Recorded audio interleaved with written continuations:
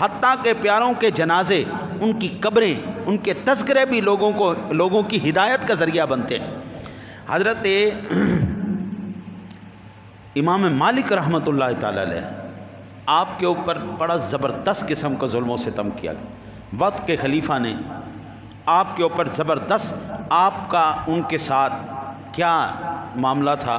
حضرت امام مالک سے ایک تو سرکاری عہدہ قبول کرنے کے لیے وقت کے خلیفہ نے، وقت کے حاکم نے ان کو مجبور کیا کہ آپ یہ جو ہمارا سرکاری عہدہ ہے اس کو، قاضی القضات کا یہ عہدہ قبول کرو۔ انہوں نے کہا جناب میرے سے نہیں ہوتا۔ سرکاری عہدے پہ بیٹھ کر حق کے مطابق قلم چلانا یہ کوئی جی عام ہے؟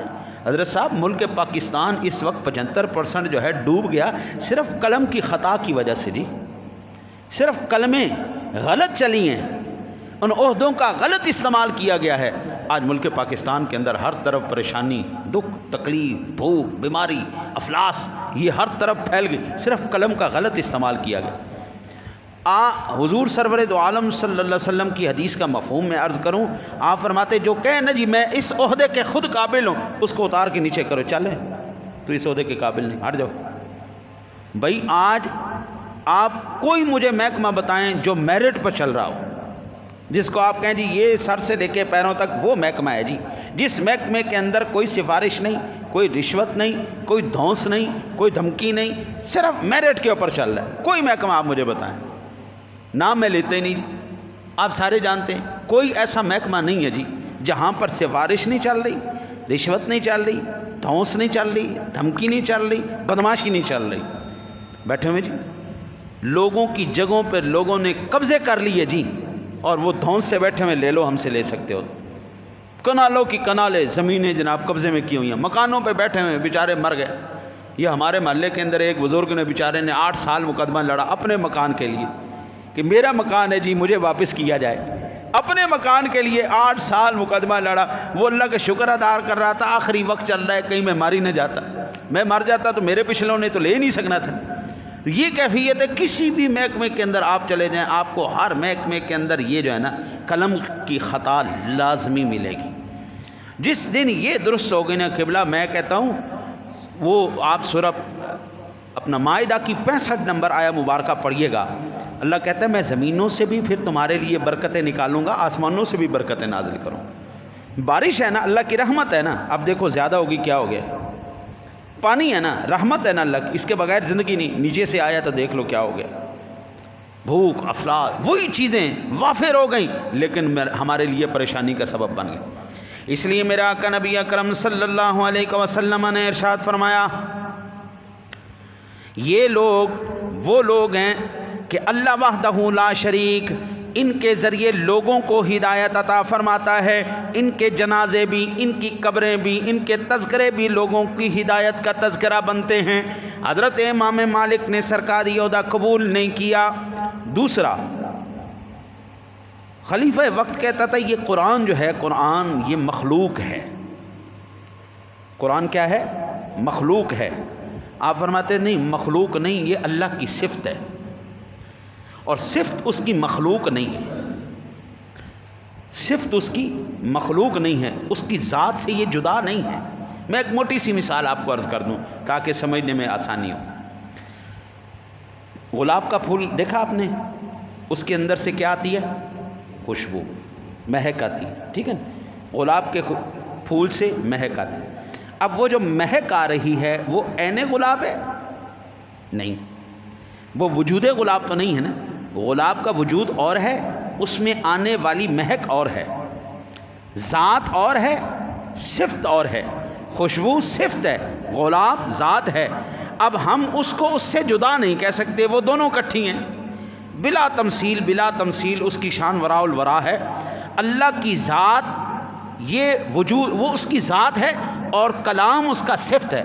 صفت ذات سے ہم جدا نہیں کر سکتے، صفت اس کے ساتھ، موصوف کے ساتھ صفت موجود رہے گی۔ ہم صفت کو مخلوق نہیں کہہ سکتے، قرآن مخلوق نہیں۔ خلیفہ کہتا تھا بالکل غلط ہے، ظلم و ستم کر کے حضرت امام مالک کو شہید کر دیا گیا۔ حضرت امام مالک رحمۃ اللہ تعالیٰ علیہ کے جنازے میں 5 لاکھ بندہ شریک ہوا، کتنی دنیا حضرت جی اس وقت تصور تھا جی 5 لاکھ. آج 5 لاکھ بندہ اکٹھا ہو جائے نا تو کہتے ہیں جی او ہو اس سے بڑا تو کوئی جناب اور کوئی جلسہ ہی نہیں جی. اور جنازے میں آپ نے اللہ تعالیٰ آپ کو سلامت رکھے، آپ نے دیکھا ہوگا حضور سیدی جو ہمارے شیخ مرشد استاد حضرت علامہ خالد حسین رضوی رحمۃ اللہ تعالیٰ علیہ کا جنازہ آپ نے دیکھا.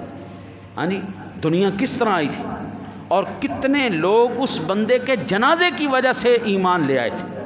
حضرت امام مالک رحمۃ اللہ تعالیٰ علیہ کے 5 لاکھ لوگ صرف کلمہ پڑھ گئے جنازہ دیکھ کر. تو یہ اللہ والوں کی صحبت اور ان کی ذات میں اللہ نے یہ اثر رکھا ہے. اللہ وحدہ لا شریک ان کے تذکرے سے بھی ہدایت عطا فرماتا ہے، ان کی قبروں سے بھی ہدایت ملتی ہے، ان کے جنازوں سے بھی ہدایت ملتی ہے. اس لیے میرے کریم آقا جی نے انہی خوش نصیبوں کو بھلائی کی چابی اور برائی کا تالا فرمایا اور اپنی مبارک زبان سے خوشخبری اور مبارک عطا فرمائی. میرے آقا نبی اکرم صلی اللہ علیہ وسلم کا فرمان عالی شان، اللہ تعالیٰ چاہے تو اپنی تمام مخلوق کی ضروریات از خود پوری فرما دے اور کسی بھی انسان کو اپنی ضرورت کے حوالے سے دوسرے کی محتاجی نہ ہو. بات ٹھیک ہے بھئی؟ اللہ جس کو چاہے جو مرضی عطا کر دے، گھر بیٹھے ہمیں رزق عطا فرما دے. منع سلوہ اتارا نہیں اللہ نے. بندے کی 2 ہی ضروریات ہیں نا جی، پہننا اور کھانا. انہی کے پیچھے بندہ اس وقت ذلیل ہوا پڑا. اب آپ اندازہ کریں اگر بندے کو پہننے کو بھی مل جائے، کھانے کو بھی مل جائے، پھر رولا کس بات کا؟ رولا. میں پیاز لینے گیا پرسوں 300 روپے کلو، پیاز 300 روپے کلو، اور میں ٹماٹر لینے گیا پرسوں 260 روپے کلو. اور میں اب دونوں چیزیں لے کے میں سوچ رہا ہوتا ہوں میں سبزی کیا لوں، میں سبزی کیا لوں. یار 1000 روپے سے کم تو ایک وقت کی ہانڈی نہیں بن رہی. یہی ٹینشن لے کے بندے کو بیٹھی ہوئی ہے. وہ آپ اندازہ کریں 300 روپے پیاز ہو، 260 روپے ٹماٹر ہو. ابھی یہ 2 چیزیں آئی ہیں، باقی ادرک علیحدہ ہے، وہ الگ سے 100 روپے کے پاؤ لیں گے آپ. ہاں جی، وہ الگ سے لینی. 1000 روپے سے کم تو ایک عام اوسط ہانڈی بن ہی نہیں سکتی. جناب یہ سبزی کی بات ہو رہی. پھر آپ گوشت تو بھول جائیں نا جی. ایسے تو بندہ اسی کے پیچھے دوڑ رہا ہے. اور اگر یہ ساری ضرورتیں اللہ وحدہ لا شریک ساروں کو دے دے، کیا اس کی شان میں کوئی فرق آئے گا؟ اس کے خزانوں میں کوئی کمی آئے گی؟ اس کے خزانوں میں کوئی کمی نہیں، اس کے خزانوں میں کوئی کمی نہیں، وہ سب کو عطا فرما. لیکن اللہ نے بندوں کی آزمائش کے لیے دنیا کا یہ نظام بنایا ہے کہ لوگوں کو زندگی کے مختلف مراحل میں دوسروں کی تعاون کی ضرورت پڑتی ہے. اور خوش نصیب ہونے کی ایک نشانی یہ بھی ہے کہ انسان کو مخلوق خدا کا بھلا کرنے کی توفیق مل جائے. یہ اللہ تعالیٰ نے ہر ایک بندے کو ایک جیسا نہیں رکھا، ہر ایک بندے کو اللہ نے ایسے اوپر نیچے رکھا. یہ آپ کے ہاتھ کے اندر 5 انگلیاں نہیں، یہ 5 انگلیاں برابر نہیں ہیں. اللہ نے کسی کو اوپر رکھا، کسی کو نیچے رکھا، کسی کو. اب انگوٹھے کو نکال دیں 4 انگلیاں بیکار ہیں، وہ زور نہیں لگا سکتی. مکہ بھی مارنا ہونا تو انگوٹھے کی ضرورت ہے. کوئی کام کرنا ہو پکڑ کے لیے ہے یہ انگوٹھا، لیکن یہ 4 انگلیوں کے ساتھ معاون ہے. یہ 5 انگلیوں کے ساتھ معاون ہے. یہ میں بات نہیں کر رہا، یہ کیمیائے سعادت کے اندر امام غزالی نے بات کی ہے. آپ فرماتے ہیں یہ انگوٹھا سب سے علیحدہ ہے، 4 علیحدہ ہیں، لیکن یہ ان کے ساتھ معاون ہے. اس کے بغیر آپ کام نہیں کر سکتے. جو یہ پکڑ کر سکتا ہے یہ پکڑ نہیں کر سکتی. جو اس کے ساتھ آپ کام کر سکتے، اٹھا سکتے، پکڑ سکتے، زور لگا سکتے، مار سکتے ہیں، یہ سارے معاملات اس کے ساتھ ہیں. اللہ نے مخلوق کو بھی ایسا رکھا ہے، کچھ کمزور رکھے، کچھ طاقتور رکھے. اس طاقتور کو اللہ نے حکم دیا بھائی تو نے کمزوروں کی مدد کرنی ہے. یہی بندوں کے اندر ہے. جو طاقتور بندے ہیں ان کو کمزوروں کے لیے حکم کر دیا بھائی چلو شاباش آؤ.